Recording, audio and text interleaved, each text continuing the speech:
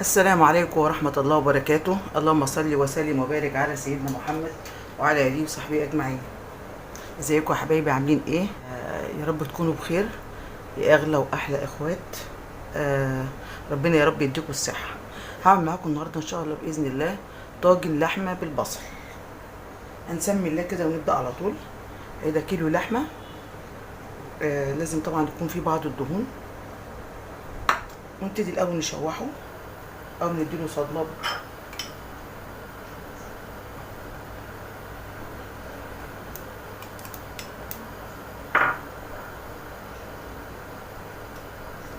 حتة سمنة كده في الأول أو زيت.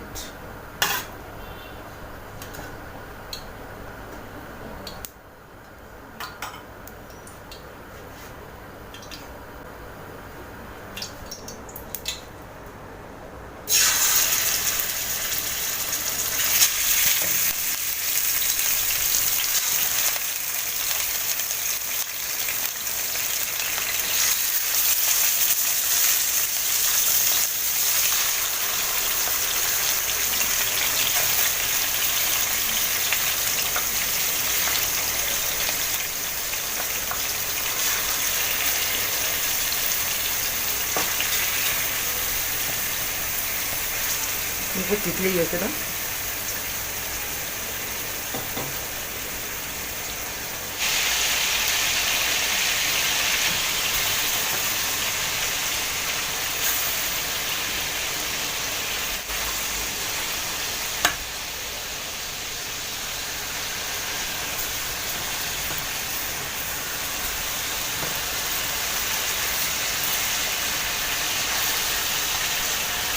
تشويحة كده أول.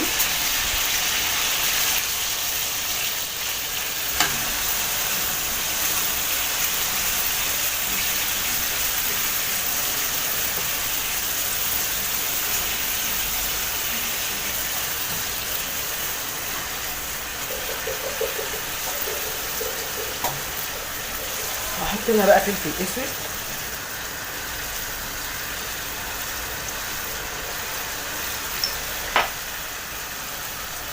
سبع بهارات. هزودها ميه عشان تستوي. هسيبها بقى كده على نار هاديه.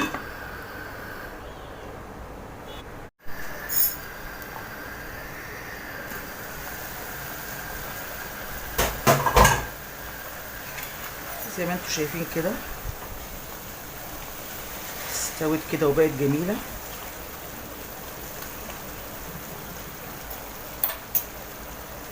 حط بقى البصل، كميه بصل كده حلوه.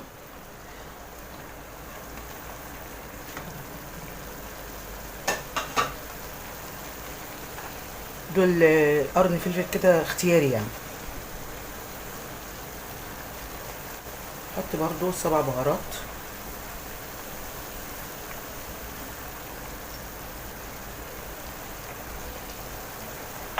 فلفل اسود،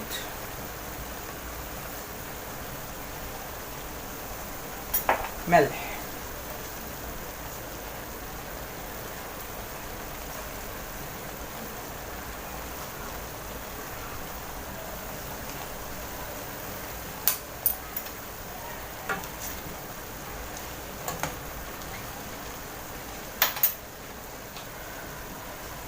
نزود بقى ميه سخنه ونسيبها برضو شويه كده تشرب ميتها.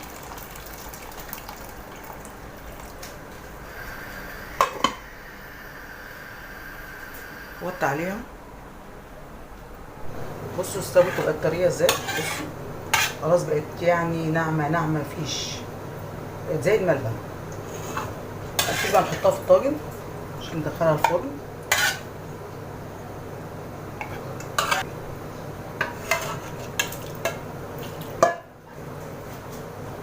حلقات القطه دي بقى اختياري،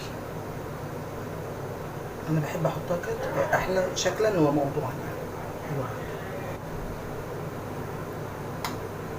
بس. هدخله بقى الفرن. زي ما انتم شايفين الطاجن شكله منور ازاي. بصوا اللحمه عامله ازاي. بصوا كمان شكلها يفتح اي نفس. بصوا الطاجن عامل ازاي، يعني تاكل مش هيقعد. زي ما انتم شايفين الجمال والحلاوه، مش المنظر. بصوا بصوا اللحمه، بصوا بصوا ناعمه ناعمه، يعني مش عارفه اقول لكم عامله ازاي. بصوا حته اللحمه عامله زي الريسه، يعني زي الملبن ناعمه ازاي. بصوا بصوا اللحمه واخده من طعم. بصوا الحلاوه والجمال. بصوا يعني على طول ما خدتش حاجه، تطلع على طول. يا رب يكون عجبكم. طبعا انا عامله جنبيه رز، تعملي جنبيه بقى رز، تعملي جنبيه ملوخيه، اللي انت عايزاه. يا رب يكون عجبكم، تعملوه وتتهنوا. ولايك وشير وفعلوا الجرس عشان الوصفات توصلكم. ميرسي قوي، والسلام عليكم.